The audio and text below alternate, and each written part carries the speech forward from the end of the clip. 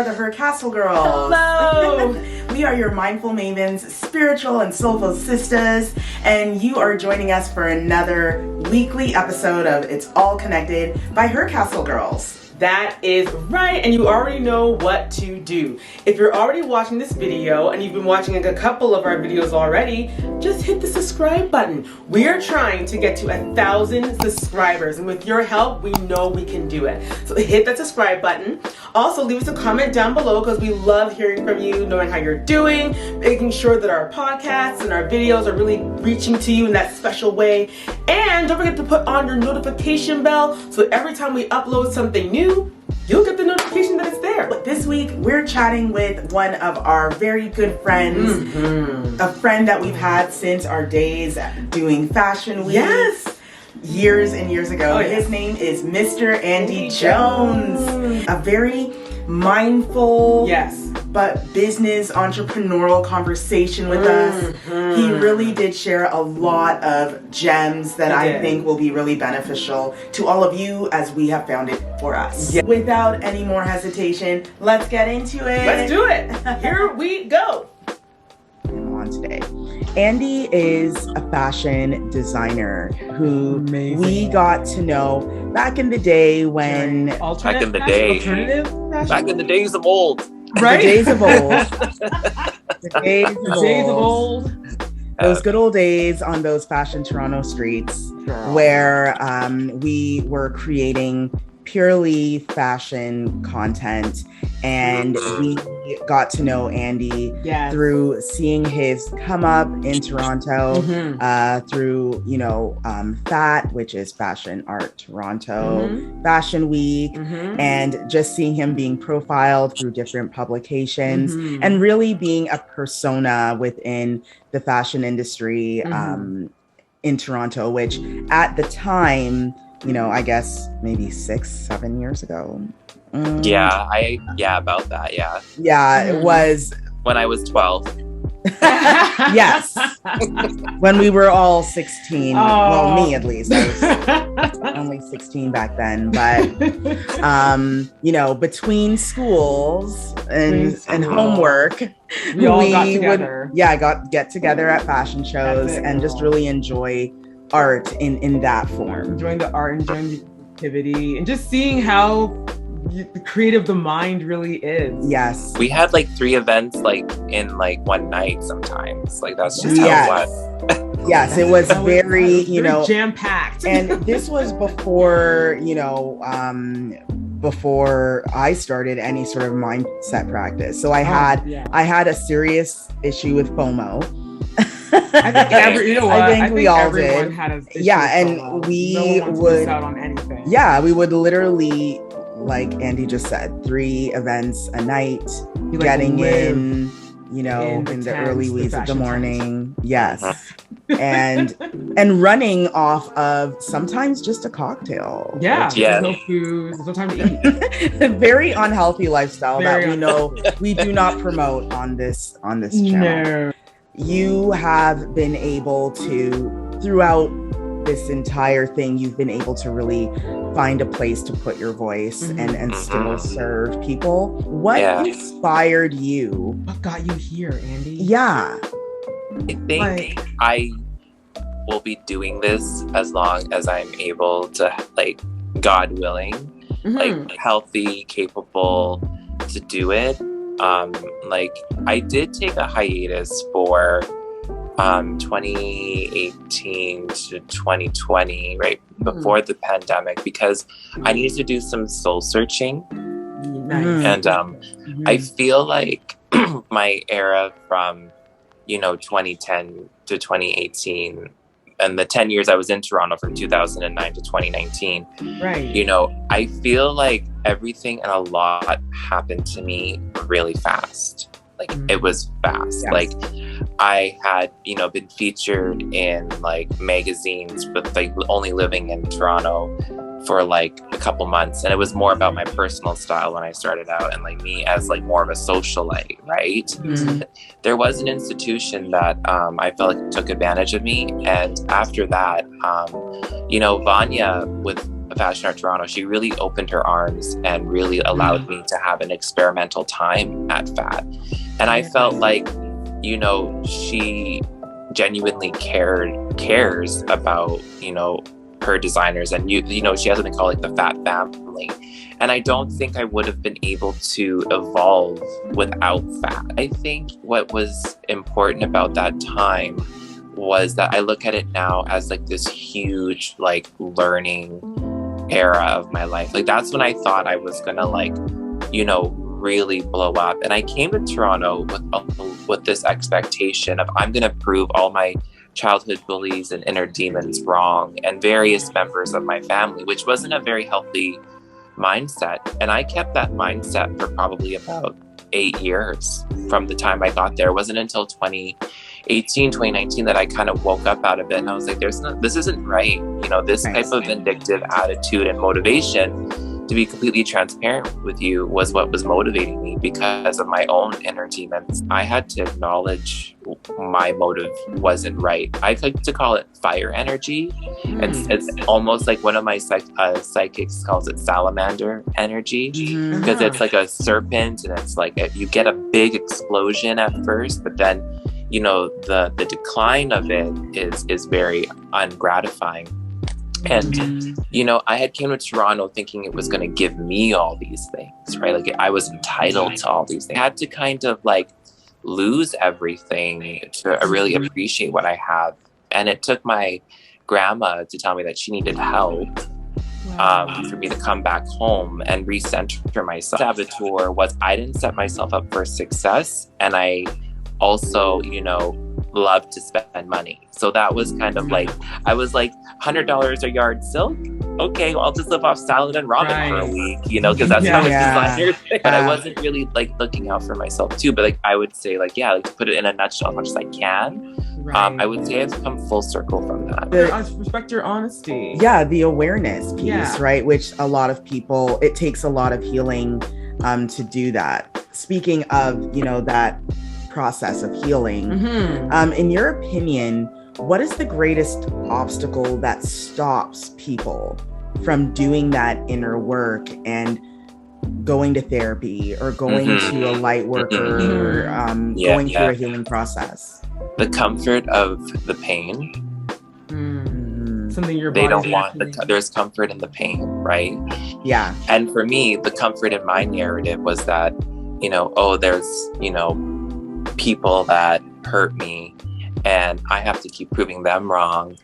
And it was like, bitch, I ain't gotta prove nobody wrong. Like that is it. And when I realized that, like, I didn't need, you know, someone who had 100,000 followers or, you know, was someone big in the scene in fashion in Toronto. I didn't need their validation because quite frankly, you know, like as a side note thing, like we're like Carcia, Telly, like me, like we're still here after over a decade of doing this, right? Like, you know, and the thing is that, you know, just still being here sends a message, right? That you haven't won. And think of how many people that like it's still in the mindset of your question and they haven't realized that they're holding on to the ego and I have this vice and it's like, you need to let it go. And I still have to remind myself about that sometimes too, because sometimes I'll get triggered and I have a step process of like talking myself through it, as where before I would internalize it, right? Everyone's battling their inner ego, their inner diva that wants to come out and say, I demand, and you have to kind of silence it, which is not easy all the time. No, you and have I think it's a matter of have to, right? If you want to survive, you know, that's a big part of it. And I think, you know, when you spoke of, you know, the kind of the motivation was coming from a vindictive, you know, negative, toxic place, a lot of people out here are still doing that. They're like, well, I'm going to prove to my city that, and it's like, you know, you have to look at it and, you know, remember that everything is a reflection of something. So, you know, when you look at your parents, your friends, your family, whomever, and say, well, I'm going to prove you wrong. It's really you saying that you aren't satisfied with yourself. Exactly. And, you know, you're you're angry with yourself. And that motivation is never going to lead to a place of peace. It's always going to be chaos. How do you heal after a challenging situation? Because fashion especially. And then you know the idea of moving to a place that is so different than Toronto. You know, we've been to Edmonton. It's lovely. It's so quiet. It's nice and quiet. A lot slower. Compared to downtown Toronto. So tell us what that healing process looked like. So I grew up and I was born and raised in Alberta. So a lot of my vice came from being, you know, a multiracial / queer youth. So when I came back, the motive was to just take a break from Toronto, regroup. I had no motive beyond that, and be there for my family and my nanny, like number one. That was the number one. I had a lot of issues. Like I needed that and trauma, not only from my family, but from Toronto. Like I had to talk to someone. So I actually sought out a therapist, and I was working with her for about 1.5 years. And, you know, I took it real seriously. And just because of, you know, her health, physically, her physical health and her life, like I had to eventually end that relationship. But she gave me a lot of tools to that I practice every day. And I would love to get back and find other therapists when it's organically to do so. But what I do is when something triggers me now, I'm like, okay, what is this going to really affect me in 1 year, 5 years, 8 years, or whenever? How serious is this? Like, you know, like, did I really want this thing that someone went and bought, or is it something that I can find again? You know, is that comment about me valid? Is there some gold in that comment? Is someone's anger about me towards me? Is it more about them and their dissatisfaction and that they're upset or jealous and that I have that they don't? So I started to walk and talk myself through these things. Now I'm not like a shaman where like I'm naturally like this, because there are some times that, you know, I take things to heart. Like, you know, I've had to clear house with a lot of people in my life, and that was really hard on me because it was like I had a mask on them and a mask on me, and you know, I had to teach myself that it's okay to let people go. And I did the same process. I was like, how is this person contributing to me? How am I positively contributing to them? What is the foundation of our relationship?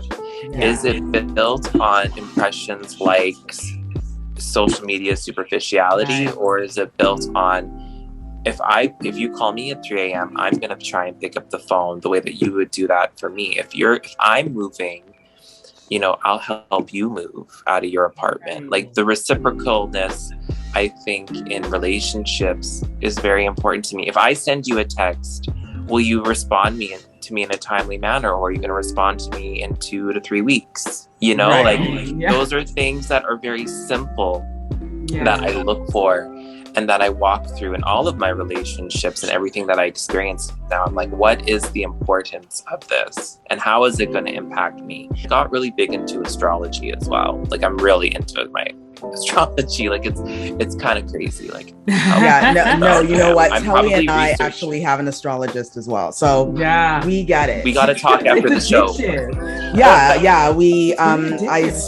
Through my mentor and therapist / coach, she introduced me to an astrologer, met her, introduced her to Telly. Telly was like, good. I like her. So she totally get why you would be into that. And I think people don't look at astrology really enough as another form of kind of a healing or a processing. Yeah, and to understand who you really are too. Yeah, I don't want to say that you should blame all your issues on the zodiac sign. No, totally, but at the same time, there are some things where you'll be like, oh, actually, that is knowing, close to my and knowing certain things, knowing what planets are ruling, what houses, it actually can help you understand yourself a bit more. It does.